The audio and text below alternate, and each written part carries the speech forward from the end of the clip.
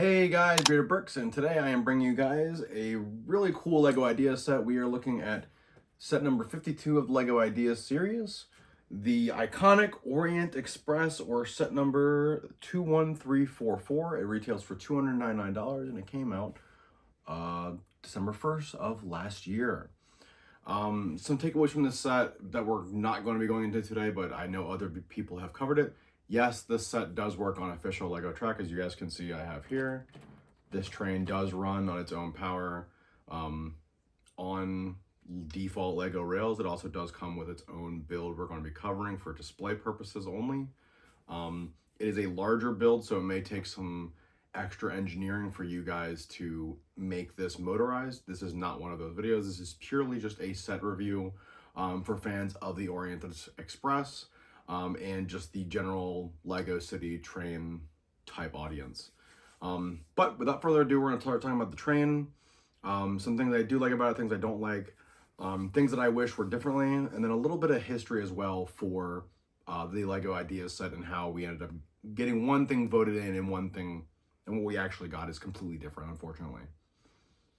So, talking about the LEGO Ideas set, in the instructions for the book here, they actually do talk about meeting the designer, the person who originally got this put up on LEGO Ideas, and it goes through the whole process of how it works. It has a nice little picture of him as well, and it has a large, like, in multiple languages, just like you guys would expect from like a traditional UCS set. It goes through the process of making it, everything like that. And what you guys will go see when you go online and look at this, and I'll put a picture on screen for you guys to see, is the train that got voted by the fans is a different model from a different nation. I believe it was the French train that got voted in, and we seem to have gotten a different variant because this train has been going on for nearly, I believe, 200 years. It even has a picture here, as you guys can see, of the train itself in the bottom of the book. And it even talks about, if we go, I believe it's 2 more pages, it has the years the train ran and when it stopped. And all through that 100-so-year journey, the train changed locomotive, it changed color schemes, it changed owners. And we got the one that LEGO picked that was the easiest one for them to develop. I do think it is rather frustrating that we didn't get the one that was voted on by the fans. It may have been too expensive. I know that when LEGO was making this set, they had issues trying to motorize it, which is why this set retails for $299 as opposed to like $350 with a battery and a full set of track. I'm not sure because I've seen other people online who have done it, but the train does work over its own power if you get a very strong lithium battery for it. Either one of the really strong ones on the LEGO website or one of the aftermarket ones will work just fine and the set will work. But that's a little bit of the controversy with this set. We're going to go ahead and get into the builds of the set and then some comparisons to the existing LEGO trains that I already have. And then we're going to go into some details of the 2 cars we get because I do think they are really detailed and they're really good. Be warned before you guys buy this set, there are a lot of stickers, but let's go ahead and talk about the train itself and the locomotive. So you build the coal tender and the locomotive itself last in the set, but they are 2 of the coolest parts of this train. So I just lightly tug on them. You guys will see that I have these connectors here on the bottom of the train that connect. They don't use the traditional LEGO track pieces or the connector pieces for them. I think it's pretty neat. I'm not sure if they need to be replaced for them to work on, by powered rail, but it's definitely really neat. You got this brick built coal thing, or the coal car on the back here. And you have a little letter that I put in there. The letter actually, I briefly used this to make like a Polar Express train, which is why I bought it. Additionally, I also love the movie The Murder on the Orient Express. Still a fun little factoid about why I bought this set for myself. The only issue that I have with the coal tender when you guys build it is on the bottom here, this middle piece is not secured. I don't know if it's a matter of it's not wide enough or what exactly the reasoning is for it. But it just it requires some extra finesse to get it to sit on the track properly. As you guys could have saw here, that when I flick this forward, there is a little compartment there on the inside, as you guys can see, if you look for storage or characters or whatever you want to do. And then there's also on the back places for Lego figures to have their handholds. Now, much like the crocodile and other Lego locomotives that we've had before this, as you guys move your hands across this set, the wheels do move, which is pretty cool. So once you power this via the batteries, it has that really cool appeal of having the full locomotive of the set actually work, which I find one of the best features of this set personally. Gotta love it when they add in that little bit of extra detail just to make the set worth that much more. On the interior of the set itself, we have a little locomotive area here, very old-fashioned, very reminiscent of what a steam locomotive would look like on the inside as well. Beautiful slope pieces on the top, sloped on all sides. These gold pieces are actually not stickers. The only stickers on this itself is the 52 and the Sapphire Star, which I always appreciate when they give us printed pieces. And then they actually have this buffer area up front that has an upside down plate here, stretched across all three of these plates up front, which is really nice. I think it's a different kind of building technique. It's definitely interesting. The only issue that I've seen people mention about this is that this front, like two wheels, has a tendency to wobble on curved track. So if it's going slower, I believe it's better, but I could be wrong. It could be quicker. If you're going faster, it'll probably stay on there as well. You may just need to fully replace this piece as well, but I believe there are rebuilds of it online.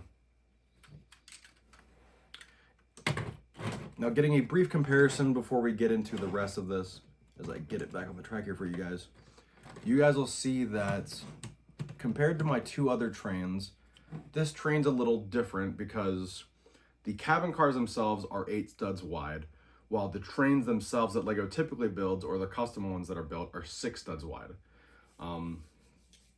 So it's a little interesting because the engine of this set is 6 to 7 studs wide, while the coal tender and the 2 cars are 8.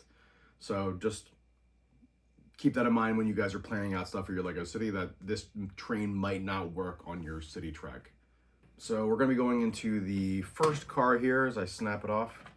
You guys can see that on the first glance on the side, you have all the cities that this would go to: Paris, Munich, Wien, Budapest, Bucharest, Beograd, Sofia, and Istanbul, all capitals that it would visit, places it would go to. You guys can see here on the back, on all sides, it is basically the same. We have the door here that cannot be opened, unfortunately, on both sides. These 2 side doors, though, on the front and back, do open. You can pose them at a train station and have Lego figures going on and off the train. The only issue that I have with this is that it's only attached by one 2x2 plate that's like a hinge joint, basically. And it's attached right here underneath the roof, and if it comes loose, you may have some difficulty getting this piece back on without taking a lot of it back apart.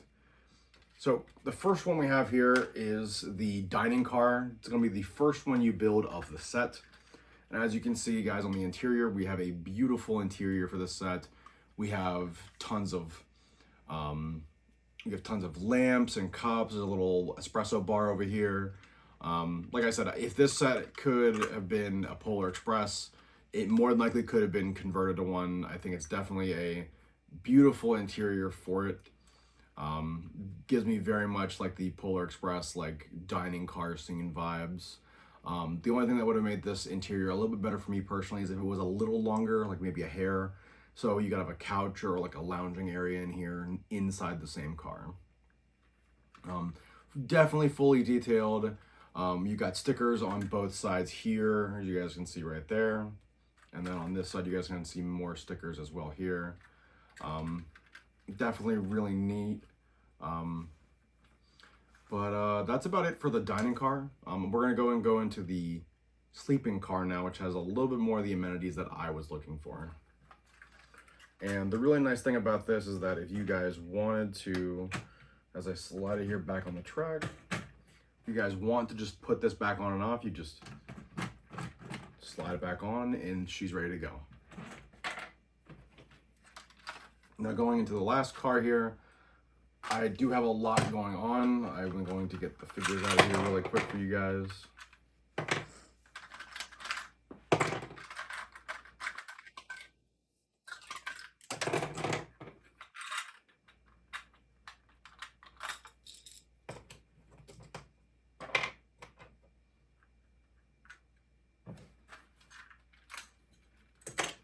Alrighty. So now that I have most of the figures removed, as you guys can see on the interior here, we have like a storage slash like family resting area with 2 bunk beds, more of like a lower class type ordeal with the Orient Express. And then we get to see what it looks like on the other side here with a life of luxury, you know, no expense paid trip.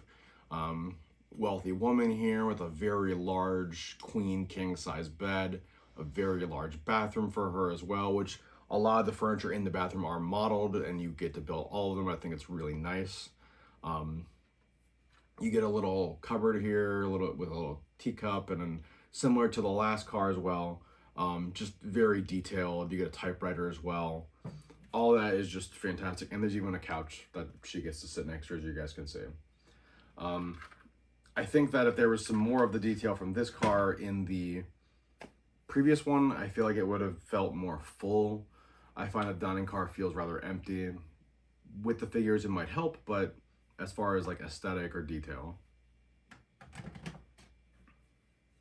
Some of the notable figures you guys get with this set is you get several butlers, as you guys can see here.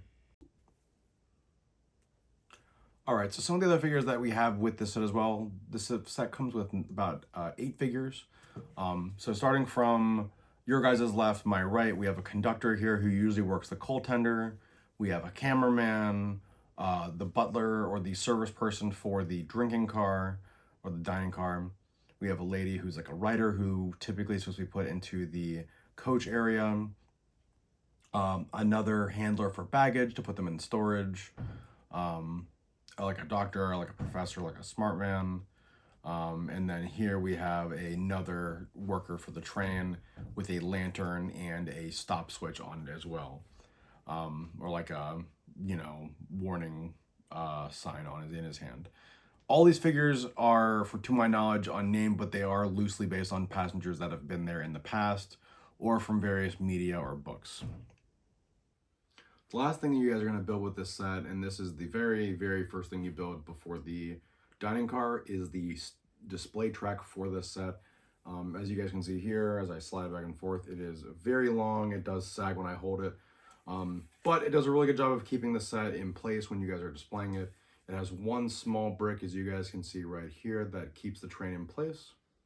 And that's pretty much it. And it's brick built, it's nice. I think it's great that we got it with the set.